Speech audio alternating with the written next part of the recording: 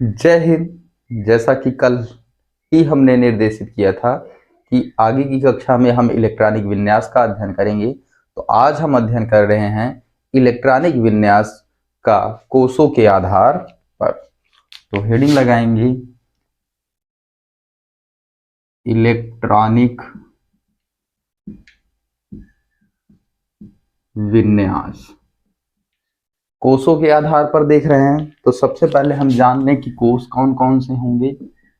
कोष कल ही पढ़ाया गया है, के, एल, एम और एन। के में अधिकतम 2 इलेक्ट्रॉन, एल में 8, एम में 18, एन में 32। कैसे निकाले थे? By 2n square. तो ये था।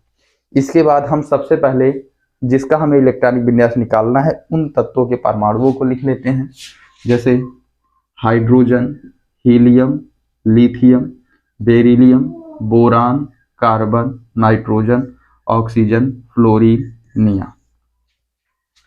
Sodium, magnesium, aluminium, silicon, phosphorus, sulphur, chlorine, argon, potassium और कैल्शियम।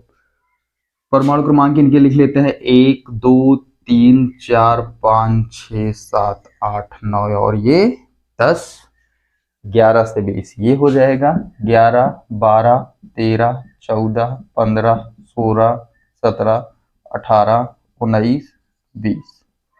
कुछ बच्चों की ये भी समस्या होती है कि याद नहीं हो रहा, तो एक ट्रिक देख लीजिए। Hi hello listen, hi hello listen, B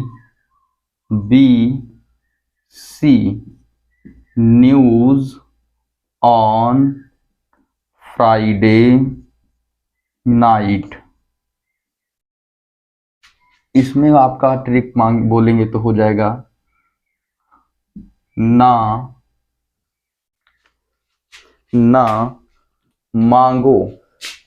मांगो अला दीन से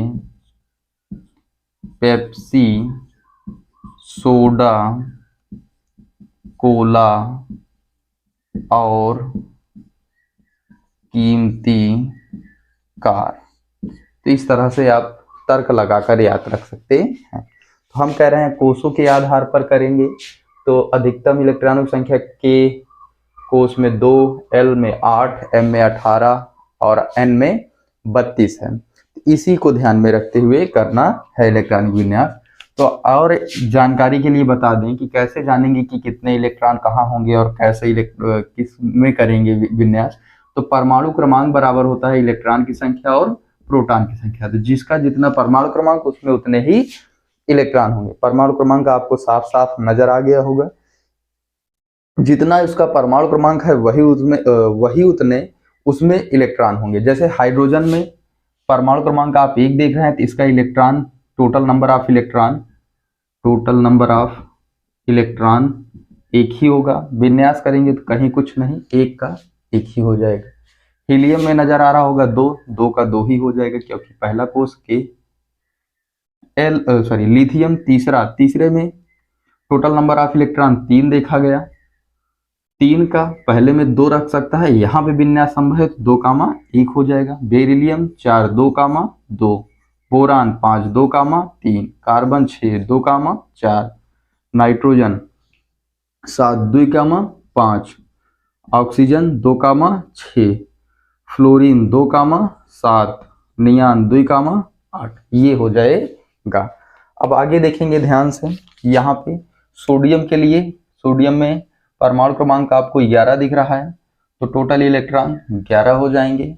विन्यास के लिए पहले कौन सा कोष के वाला भराएगा? के में अधिकतम 2, फिर एल में जाएगा, एल में कितना 8 है, कितना हमारे पास 11, कितना हमने भर दिया, एडजस्ट कर दिया, 2 और 8 10, बचा कितना है 1, कहाँ जाएगा? अगले वाले में।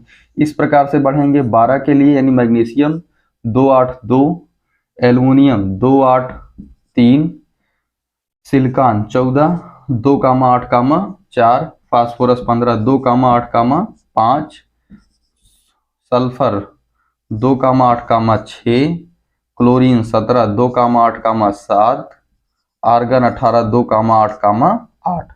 हाँ देखते हैं पोटेशियम, पोटेशियम के लिए 19 2,8 क्या होना चाहिए 9। ध्यान देंगे यहां से जन्म होता है उपकोष की अवधारणा का। हर कोष अपने उपकोषों में बटा होता है, सबके सब अष्टक नियम का पालन करते हैं। अष्टक नियम कहता है 8 इलेक्ट्रॉन से ज्यादा नहीं। तो यहां पे 8,1 हो जाएगा।